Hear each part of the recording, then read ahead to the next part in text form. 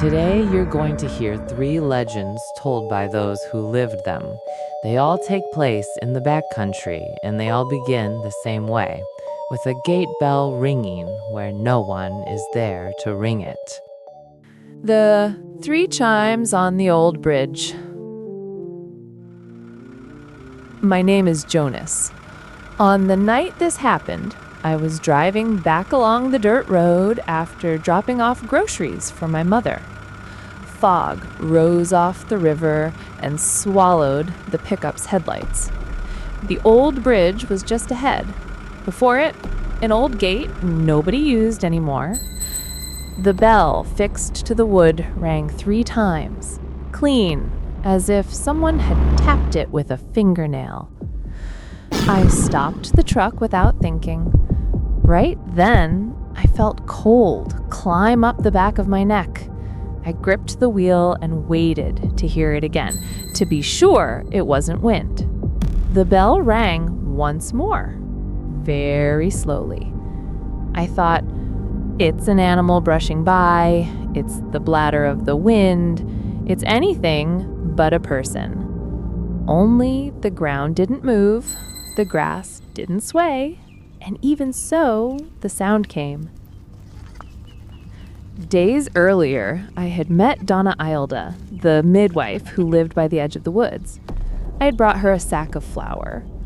As I left, she grabbed my arm. She warned me that on that bridge, anyone laid on a vow would be turned back to settle it. I laughed, respectfully. I told her I did have a vow.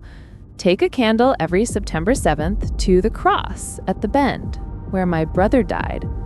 Only I had skipped the last 2 years. I said it just to vent. She didn't smile. She said that road listens. That night, stopped in front of the gate, I remembered the warning. My hand was sweating. I thought of my brother and the cross with his name fading. I opened the pickup door. The mud gave a little under my boot. I called out, "Anyone there?" No one answered. The bell moved slightly with no wind. It made a short ring, like a come.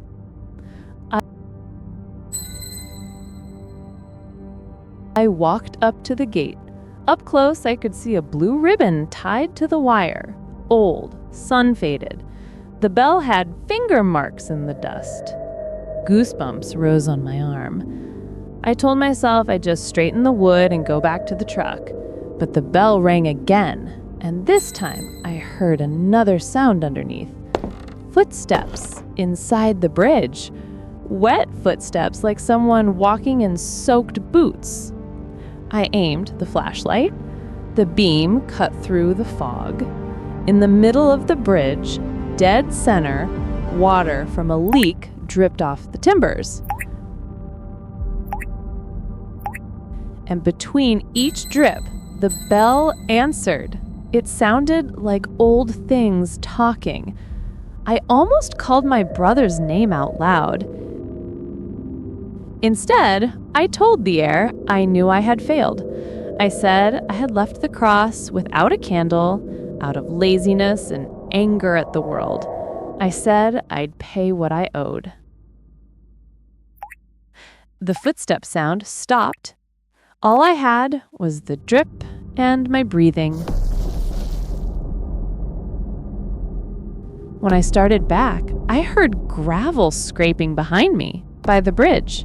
I aimed the flashlight again. A plastic bag was caught on a branch, tapping lately, casting a shadow. I laughed awkwardly, almost crying from nerves. I was ready to climb into the truck when the bell struck 3 times in a row, fast. At the same moment, a headlight appeared on the far side of the bridge, coming toward me at a speed that didn't fit that road. If I had been on the bridge, the crash would have been head-on. The headlight braked with the sound of wet tires and stopped, blinking high. I raised my hand. The car there sat a moment, showing no plate, no face. Then everything went dark, without starting again. I heard the engine fade, like someone pushing a boat into the dark. Only the river sound remained. I got back to the pickup shaking. I didn't cross the bridge that night. I took the long way around on the upper road. Next morning, I went to the cross at the bend. I cleaned it and repainted my brother's name and left a candle burning. The flame held steady, even with wind. Later, I told Dona Ailda. I said the bell had stopped me at the right moment. She nodded, said the road has a memory, and the bell only repeats what we promise. I asked if the car that showed up was people or a warning. She said, for those who err, a warning is people enough. Since then, on September 7th, I take the candle without delay. Sometimes, when I pass by the gate, the bell gives a loose pling. I thank it and move on. I think about what would have happened if I had been on the bridge when the headlight arrived. I don't like to play what if on that stretch of road. Don't make vows in the road's silence you intend to forget. The road does not forget. The same bell rings again, another week, in the same region. The haunting is simple here. Whoever owes the land hears. The Candle at the Crossroads. I'm Marina. I teach at the district school and pass through 3 gates a day. At the end of June, I stayed late grading tests. I left when night was nearly closed. The sky was low, coal-colored. I just wanted to get home, take a hot shower, and sleep. When I turned onto the marsh road, I heard the bell at the first gate. One short tling, too long, like someone calling me by name. I stopped. The headlight lit the wet grass. The bell was still, unmoving, but the sound still seemed to vibrate in the air. That same day, earlier, I'd passed by Sue Oscar's cross. He died of a stroke at the Hoe. I'd always promised to take a candle on St. John's nights, because when I was a child, he carried me in his arms on a flood day. I'd been late on that candle for 2 years. I excused myself. Too much work, too little time, candles ran out, that sort of thing. Who told me about the weight of these promises was Sue Onofre, the man who minds the plant's sluice gate. He's always on the little bench watching the water go by. A month earlier, I had stopped to talk. I told him about my promise. He shook his head and said, "Saints don't charge, but a place does." He used that word, place. Said that road ran through the yard of many who'd gone. Said the bell rang when the yard wanted to remind the living. With the bell's warning in my head, I went on slowly. The second gate was open. As I passed, the headlight caught a cloth tied to the post, as if someone had left a sign. The cloth was yellow. I hit the brakes. Inside the car, my heart thudded heavy. I told myself it was just cloth. Even so, I decided to turn around, buy the candle at the Holy Spirit store, and go back to see Oscar's cross. Better to do it now than keep thinking. At the store, Raimunda looked at me like someone who understands. I told her I was taking a candle to the cross. She said I was doing right because the night was going to call water. I asked if she meant rain. She said it was water from inside. I didn't want to ask more. Driving back along the road, fog started to be born out of the marsh. The third gate opened straight onto the crossroads, where the cross stands. When I arrived, the bell rang again. Only once, but so loud I felt it in my gut. I parked, got out with the candle and the lighter. The cross was hemmed in by weeds.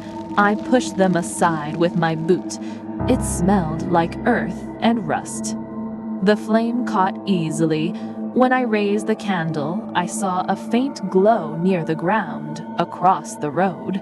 It was like an old flashlight, one of those that use fat batteries. The glow moved a little and stopped behind a fence of thin sticks. I thought of a child playing. I said hi, and that I was taking a candle to Sue Oscar. The glow went out. The bell rang again, now behind me, as if the gate were at my back, but the gate was some 10 meters ahead. I didn't run. I've always been stubborn. I stayed there with the candle in my hand, breathing hard. I set the candle in the little glass holder already there, among faded plastic flowers. I told Zeal Oscar I was late, but I came.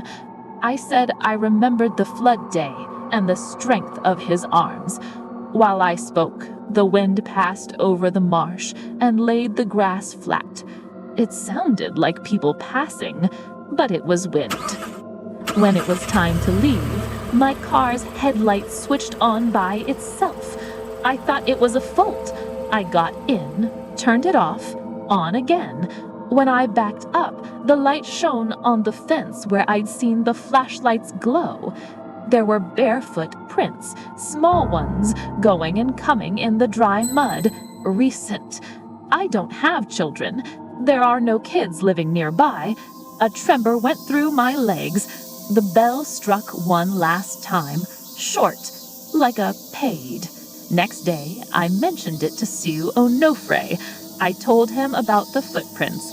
He looked at the river without hurrying, said sometimes a place lends shape to a memory. Said when we keep our word, the place gives silence back. I said I wasn't sure I wanted to pass there at night again. He answered that a road gets used to a person when the person gets used to the road. I understood as best I could.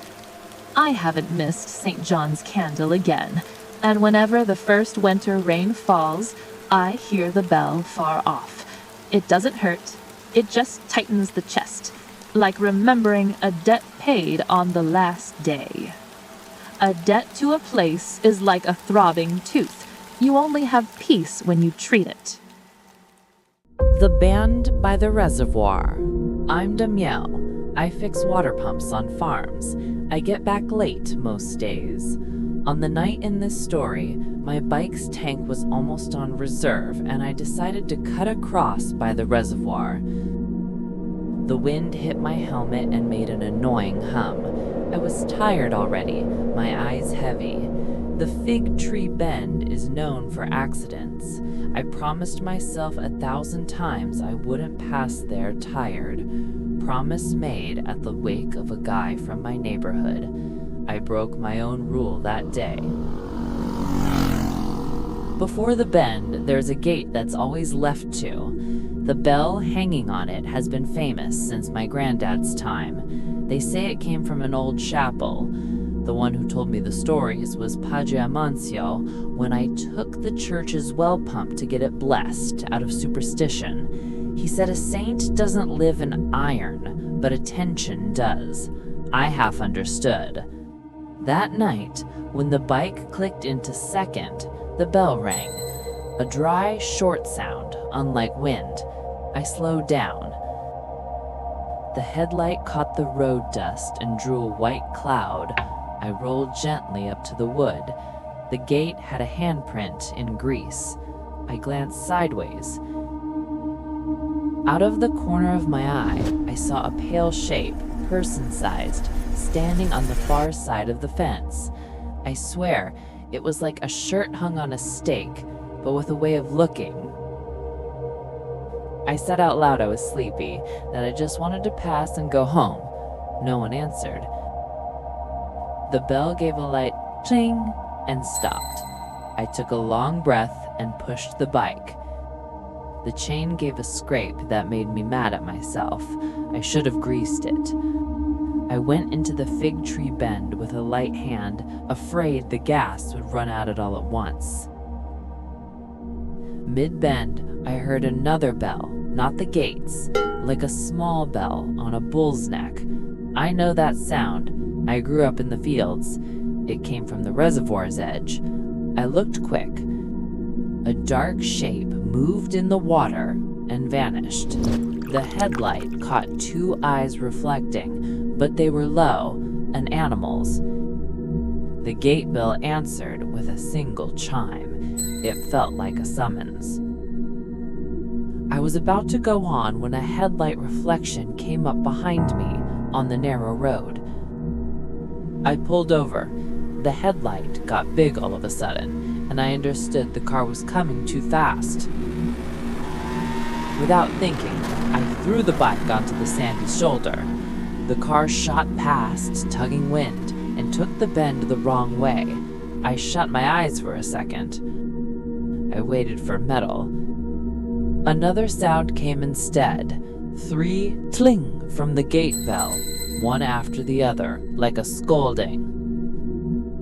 The car braked up ahead and died, no lights, on the right side of the road. I stood still, the bike trembling between my legs. The car's engine coughed and quit. I heard low voices, a door opening. I thought about helping. Then the bell rang again, this time near my ear, and I realized my bike was on top of a deep cattle track. In the dark, I'd stopped right on the trail. If I moved a meter, I'd drop into the reservoir's embankment. I got off the bike carefully. The sand gave a little. I dragged the bike back, teeth gritting. The car up ahead started and left without looking. I stood listening to the engine fade. The bell fell silent.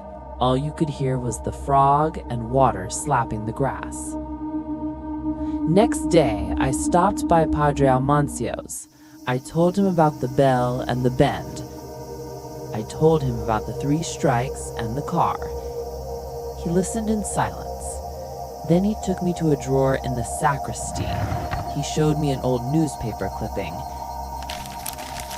In it, a truck had gone into the reservoir, almost the same spot. The headline said, 3 people died. I read it under my breath. 3. He said since that day, many swear they hear 3 chimes when they're about to do something foolish there. I said which promise I had broken, not to take the bend tired. I said it ashamed. He said, a promise is for when your head fails. I asked if the bell had really been from the chapel. He said it was a corral gate bell, then it went to the chapel, then it came back to the world. He said iron changes function, but the sound keeps teaching. The next week, I changed the bike's chain, adjusted the brakes, and changed my route. I also stopped pushing the reserve. When I pass by the reservoir, I ease off and listen. If the bell says nothing, I give thanks. If the bell speaks, I obey. I don't argue with a place that's already saved my life once. A rule you made to stay alive isn't fussiness. It's a fence. Respect it.